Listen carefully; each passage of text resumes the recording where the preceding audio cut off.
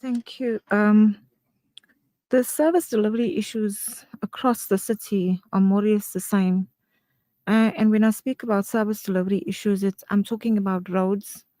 In Ward 31, we have many roads that haven't been resurfaced or upgraded. For instance, Randall's Road, that road is now categorized as the beyond maintenance road. And I've been questioning and sending emails to engineering departments and all the relevant departments to try and get feedback as to why this road had to reach the stage that it reached, because other councillors previous to myself also were following up on this issue as well. And it doesn't mean that we're not going to stop. We will follow up, obviously, until it is done. But I think what adds to the challenges is that a lot of the times people are not skilled, or they should be vetted to see if they really do have these qualifications to do the work. Because also sometimes we report an issue, a plumber or an official will come on site, and the very next day we find there's a burst just further down the line. So the workmanship is very poor, and also politicizing and sabotage, for me, I think would add to the challenges, because there's a lot of politicizing. We have officials also politicizing these issues, and it causes a huge challenges for us. But the main thing is that I work well with some of the ratepayers associations, because we solely focus on service delivery and what the issues are, and not identifying who can do better than the other. And some ratepayers association, unfortunately, I must be honest, there's a sense of you want to take me out of my position, so you'll do anything to badmouth me or whatever. I've been in this position for 3 years, and when I did get to this ward, it was in a state in Ward 31, and working with some of the ratepayers, we've managed to implement a lot of the stuff that we thought couldn't be done because obviously of the challenges and so forth. I'm sitting here with Carl, who is a ratepayers association in Sydenham, and because we work well together, and because I sit in on their meetings, their executive meetings, and all the meetings that they have, and we have meetings as well in the ward as well. We're working and we're getting things done. So for me, it's not about politics and us having a competition between ratepayers and the actual council. It's about what is our focus, and our focus is more on service delivery for the people. And a lot of the times as councillors we are blamed, but the reality is what used to happen then, previous to our time coming in, the challenges weren't as much as they are now. It's gone worse because obviously, as I've mentioned, there's a lot of politicking, there's some sabotage, there's poor workmanship, and these are all the challenges that are actually adding to councillors not getting things done, or the municipality not getting things done. At the end of the day, as councillors, we've got to escalate issues, and the municipality has to act. And it's their responsibility to make sure those services are carried out to the community. So I always advise any community member that I work with, or ratepayers association, that we should be fighting against the municipality together to hold them accountable, because we raise issues in council, we raise objections to certain stuff. Like with the tariffs, we were against the tariffs, but unfortunately it goes according to the votes within the council. So if your votes are less and the item is passed through, sometimes we can't avoid things, but we do try our best to, together with our caucus leaders and our caucus, to raise issues and bring it out into the open and try and hold the officials accountable. But when the ruling party itself is not holding officials accountable and they passing items, like for instance tariffs, I'll speak about tariffs again. How do you pass a tariff when people are suffering already, when they're getting high bills? How do you then implement this tariff?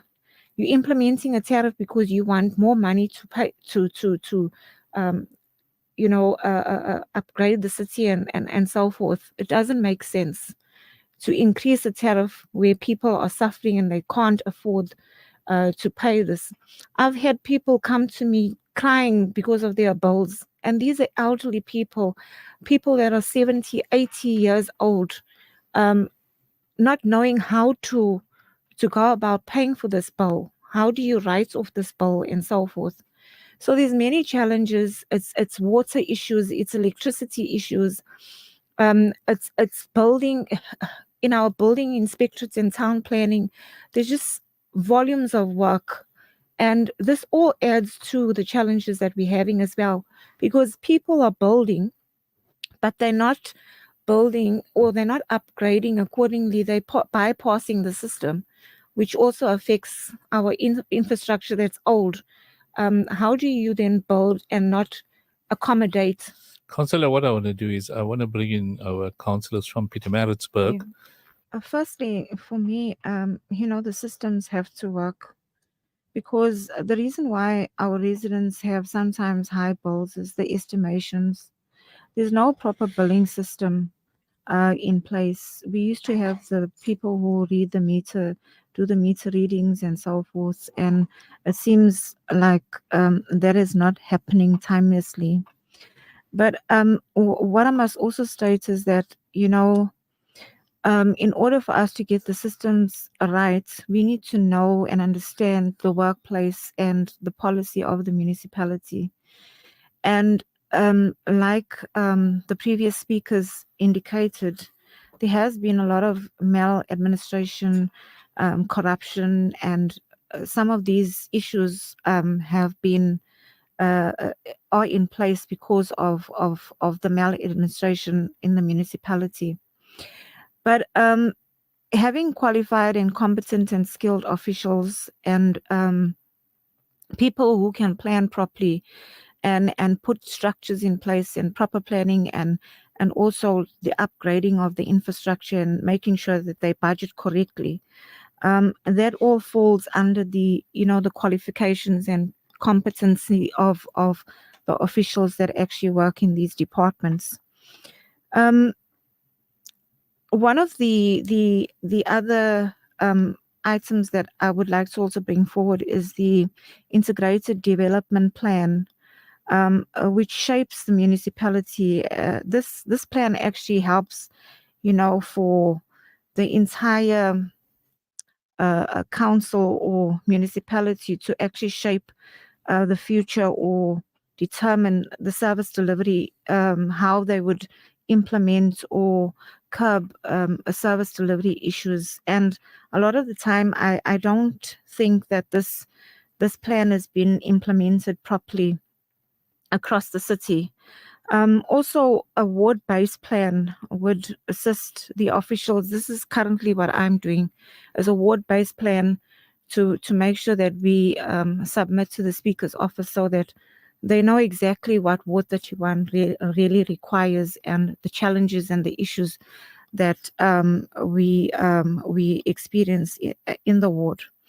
I'm going to give you a very simple example, and why I say implementation is important, and also having the proper officials in place who are qualified to do the actual job. I'll give you an example. You were speaking about Sydenham Heights earlier on.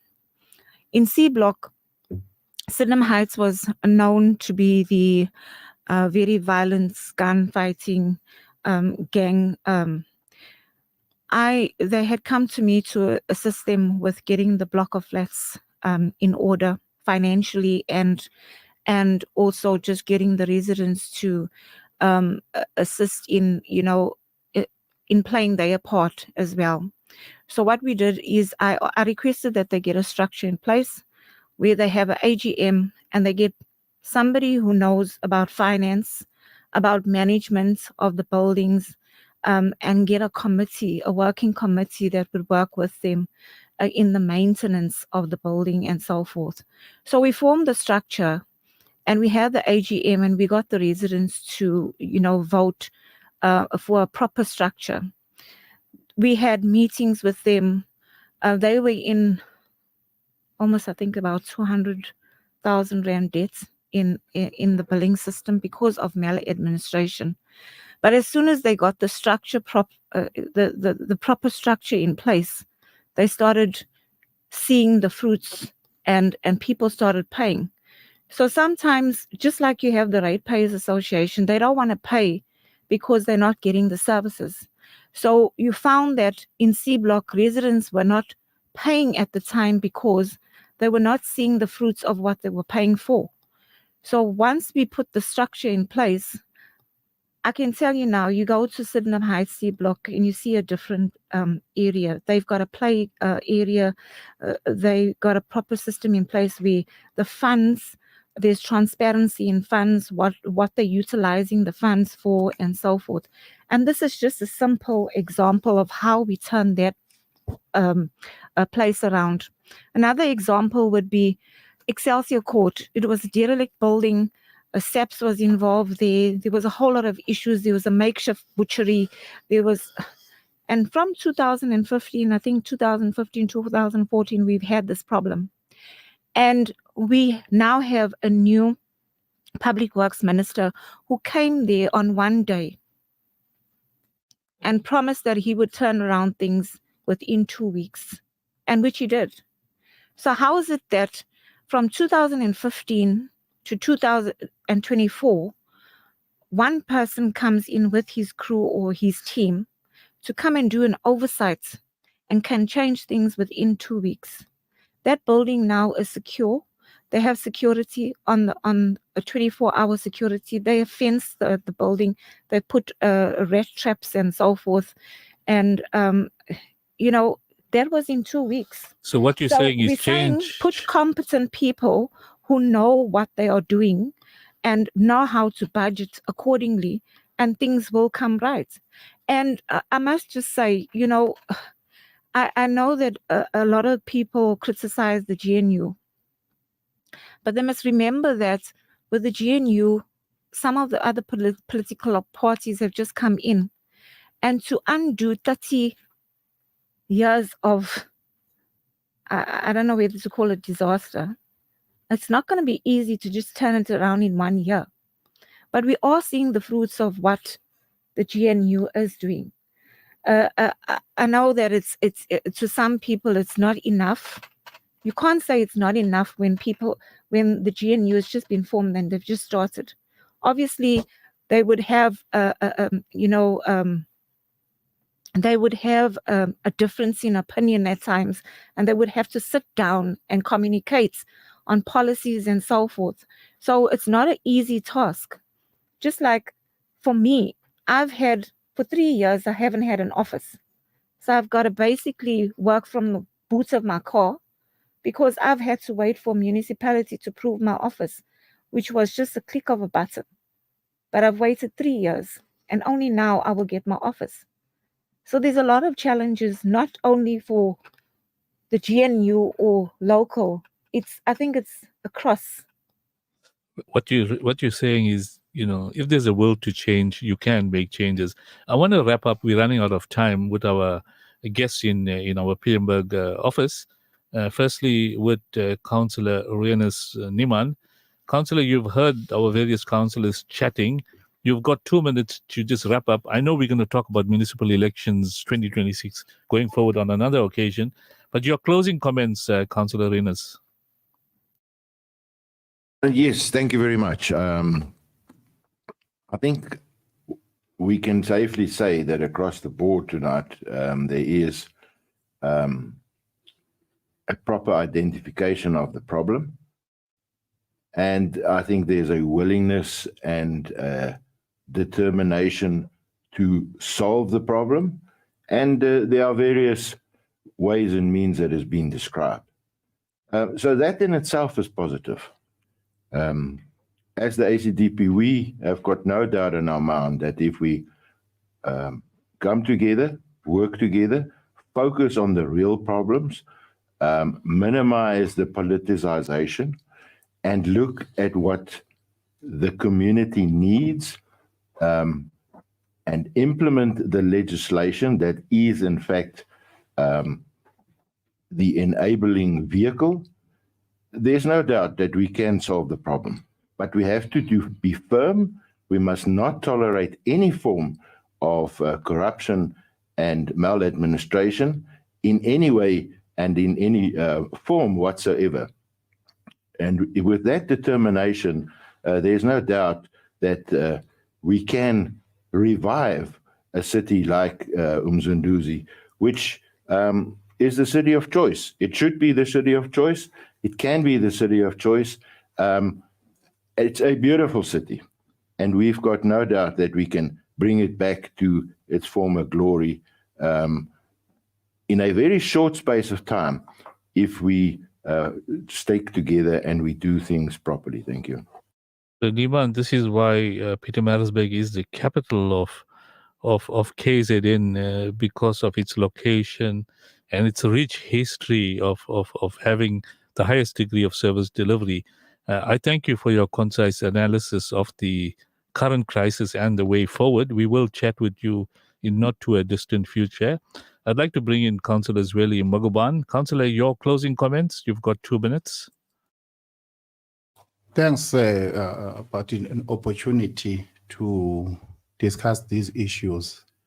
I think in some aspect we were enlightened with some important points, and we will encourage the GNU government to come down to the local municipalities with the issue of a government of municipality unit, if I can state that, so that we can able to strengthen the accountability and the responsibility, so that we fast track the issue of the service delivery, because we've observed that in this short space of time, 100 days now, we see that if the political parties are working together towards the service delivery of our citizens down there, will be more effective if this concept will be implemented even in the lower ground of government. Thank you. Really for your progressive comments there and the contribution of your party towards the GNU and progressively looking to a municipality of unity come 2026. Your sort of, we appreciate for you to join us this evening, and we look forward to having further engagements with you and members of your party in the future. I'd like to now bring in Anthony Walthausen. Well, Anthony, your closing comments, brother. Thank you. On behalf of, well, from Mark's point of view, we are very active in educating society about what is local government, what our rights are, and how we can play a positive role into turning around the city. We just recently received a small grant that is going to assist us to do a workshop around what's called asset-based community development.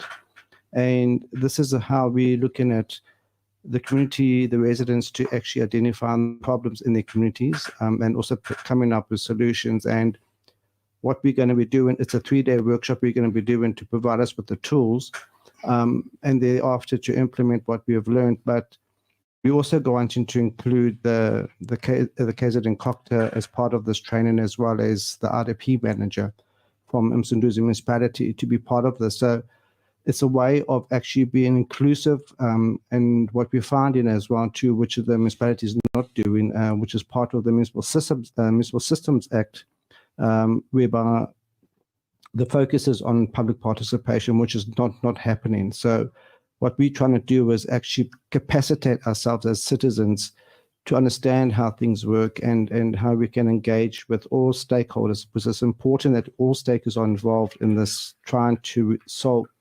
the challenges we have in our city. And I think bringing everybody together, engaging on solutions, I think we are able to turn things around in our city. And I think we as residents need to get more organized. And this is where what Mark actually does to assist residents to establish resident and ratepayers associations in their communities and be available to assist residents. And I think if we as residents can be more united and practice Ubuntu, I think we can actually make this city what it should be. Thank you.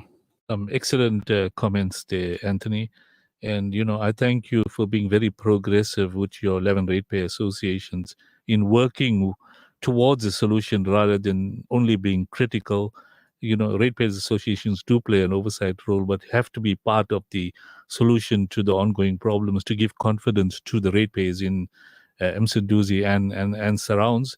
I thank you for joining us, and definitely we will have you as guests in not too a distant future. And, whatever ideas and suggestions you'll have for articulating and communicating to our residents, please feel free to liaise with our office manager in Pietermaritzburg, Mr. Salim Goga. He was also a former councillor, so he's quite au fait with the affairs in Mckenzie, but he's also had been an employee in eThekwini, so he's quite au fait. So please keep in touch with him, councillors and Anthony and the various civic ratepayer associations, so that you can join us whenever you'll need in the Pietermaritzburg studio to work out solutions to improvement of service delivery. I thank all our guests in Pietermaritzburg.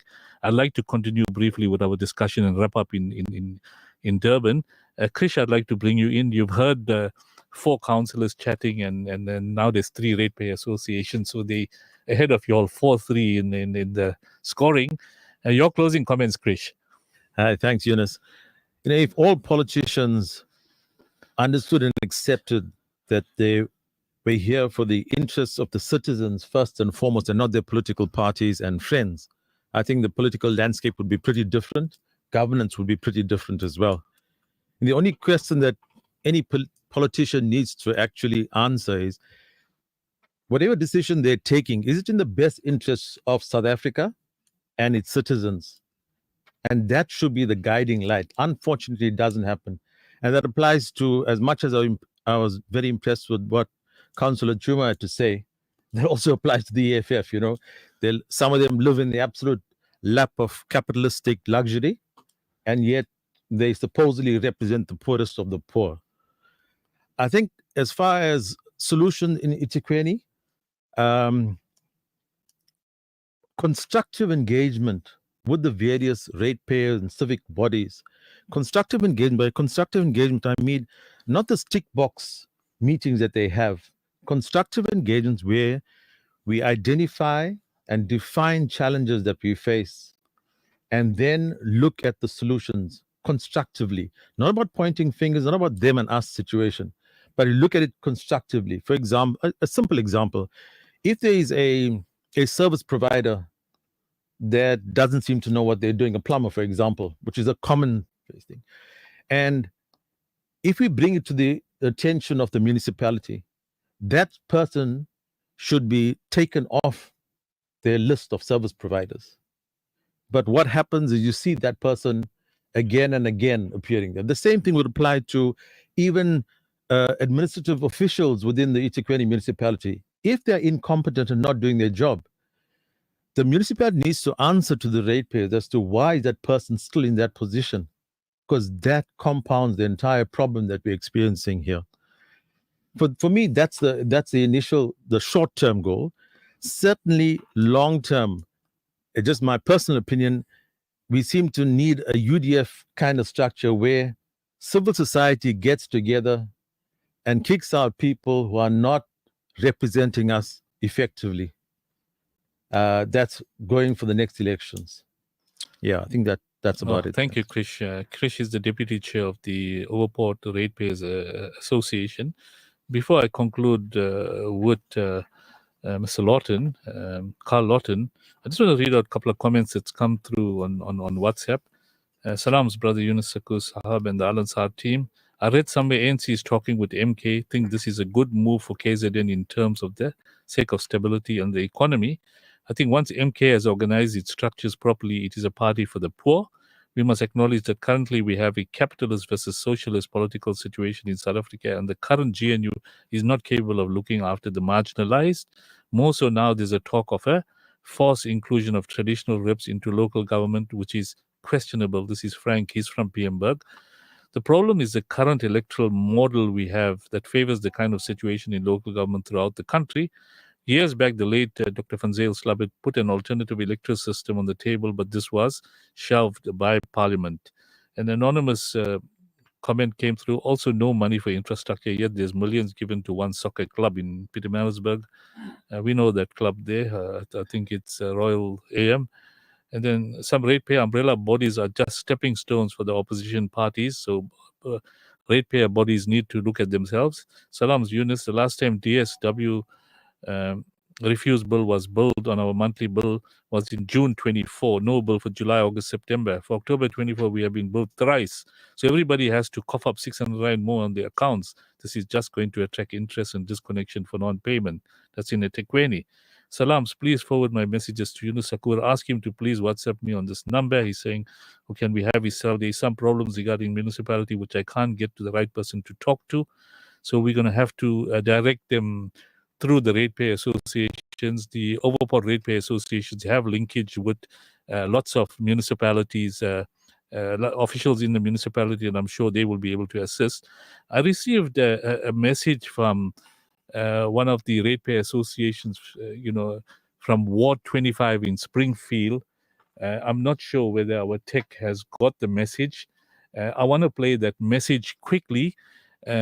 Springfield Ratepayer Associations have raised some concerns, and it's a 2-minute clip from one of the representatives. I just want to play that clip to get a sense that lots of ratepayers are unhappy with service delivery, and this particular association has raised some pertinent issues. So I will ask you to bear with us for 2 minutes just to listen to the clip, and then we'll close up with Mr. Lawton there. Assalamu alaikum warahmatullahi wabarakatuh. Dad, it's Prem from Springtown, the CPF, and yeah, Mr. Sakur, your son gave me your number, and yeah, I believe you're talking about service delivery and things like that in our community. In our community at large, we have various issues. Starting from stormwater to electricity to service delivery in every action that you can think about. Our problem is that we don't see our councillor, and there's certain things that, where we have issues where the councillor is involved, we don't get to address anything to him. And being in the service delivery as well, the community,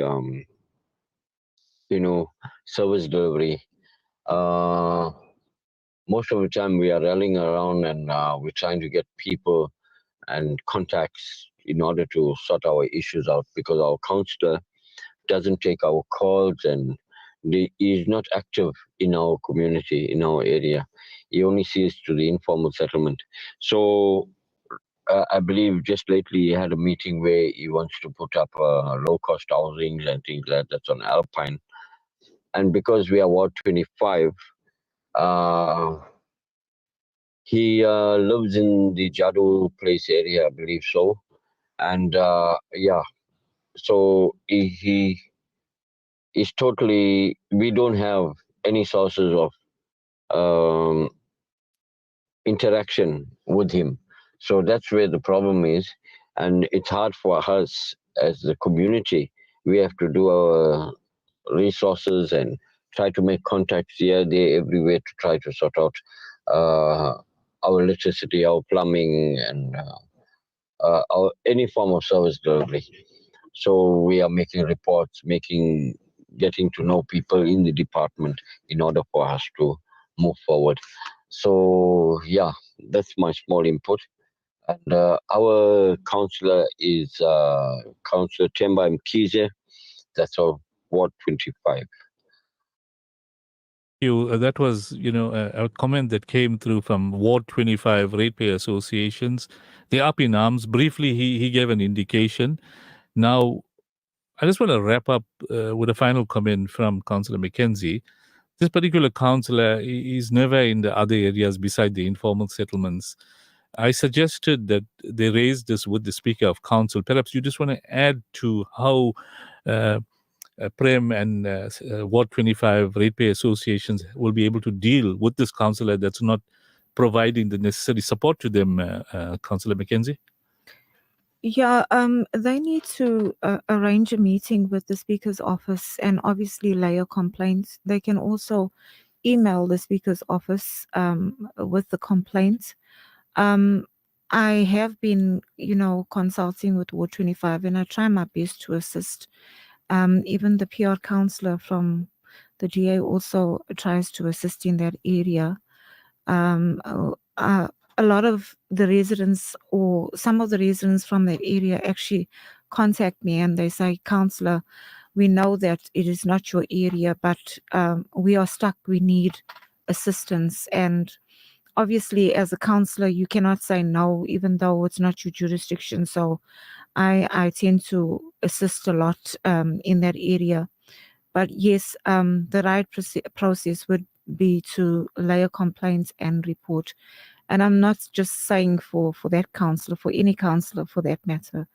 If you have evidence that the councillor is not working and they're not fulfilling their responsibilities, that would be the way to take. Thank you. Chris, Carl Lawton, your final comments? Yeah. Well, look, we've seemed to have covered quite a bit from the other panelists, but I've highlighted 3 items which I want to speak about.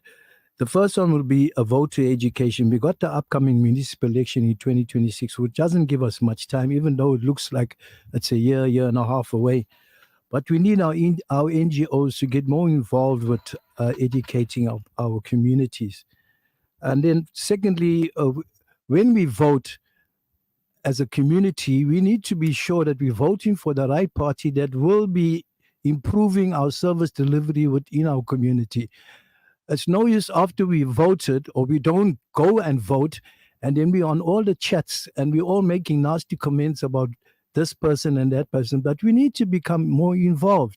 We need to get involved. When we have these elections which are coming in our community, we all need to be out there voting in our masses because we find that our voter turnout is very poor. And lastly, as a community and a civil society, we need to put our differences aside. They may be religious, they may be political, they may be male or female. The bottom line is that we need our service delivery to be improved within our community. We've been suffering a long time. We need it to be improved. That's my last comment. Thank you, Carl. I think some very important comments by all our guests this evening. I want to thank all of them. Dr. Krishna Naidu, Deputy Chair of ORA, Councilor Remona Mckenzie. She just came out of hospital and joined us immediately. Anthony Walthausen from Mckenzie, that's Mark in Maritzburg, Councillor Rinus Niman, Mckenzie, Councillor Chuma Wakeni, EFF, Mckenzie, Councillor Zweli Magoban, IFP Councillor Mckenzie. I think some very important comments. We've dissected the state of service delivery. We haven't covered everything, but some pertinent issues, and some of the options came through are quite progressive. We're going to continue with the what you call discussions on the options to improve service delivery, particularly how the GNU is going to intervene in municipalities, and further, what are the short-term interventions that are required, because I know the communities out there are saying that too much talk and no improvement in service delivery does not help us. So we're going to look at some short-term interventions by the municipalities, including consequential management in future programs. And we hope that we will get councillors from the other political parties, including the ruling party, to join us. For some reason, they're not available. Either they're afraid of talking about the failures or what, but we will pin them down.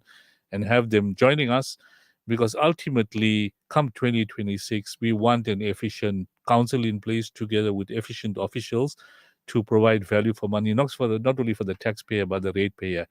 On that note, we're 15 minutes over our time, but I think we had quite a progressive discussion this evening. I want to thank our guests. I want to thank our listeners and those that are on air in various streams, on Facebook, on YouTube, on Instagram, for listening to us. We hope we gave you all valuable information. But finally, on my side, we all believe that as religious individuals, that Almighty is in control, and we have to turn to the Creator to give guidance to our political leaders, our officials, to ensure that what they're getting paid for, they deliver for the benefit of the ratepayers and taxpayers. And may they all be guided, progressively in the right path. But our responsibility is to turn to Almighty, to obey the commandments of Almighty as shown to us by our various prophets. And in that way, we will play our part in ensuring that people's lives are improved, because that was the vision of the ruling party when they came into power, to improve the lives of the people. But the others are now taking over and they are falling back. And it's not necessarily because of the leaders of the past. Those guys had progressive thinking, but some opportunists have crept in and created problems. So we pray that they be guided in the righteous path. And next week we'll have a program covering various other issues. We look forward to everybody joining us. Until next Wednesday, Assalamu alaikum wa rahmatullahi wa barakatuh. Black Friday. The biggest sale starts now. Simplex Radio's Black November deals are here. Grab the Hisense 55-inch UHD TV for just 5,699, saving you 1,300 rand. Save a whopping 10,000 rand on the Hisense 100-inch TV, now only 39,999. Enjoy 3,000 rand off the Samsung 70-inch UHD TV, now just 9,999. Plus, the Samsung 85-inch UHD TV is only 17,999, saving you 5,000 rand. Don't let these deals slip away. Simplex Radio, the name you can trust. The chaos and destruction in the Gaza Strip is beyond comprehension. Virtually everyone is displaced, hungry, and in urgent need of life-saving humanitarian support. The Al Imdad Foundation has been working tirelessly to address the health, nutrition, and water needs of the population. Our hospital, water deliveries, and hot meal programs are made possible with your support. Your donation, big or small, is a lifeline for those in dire need. Help Gaza survive. Donate online at alimdad.com or call 0861 786 243 for more information.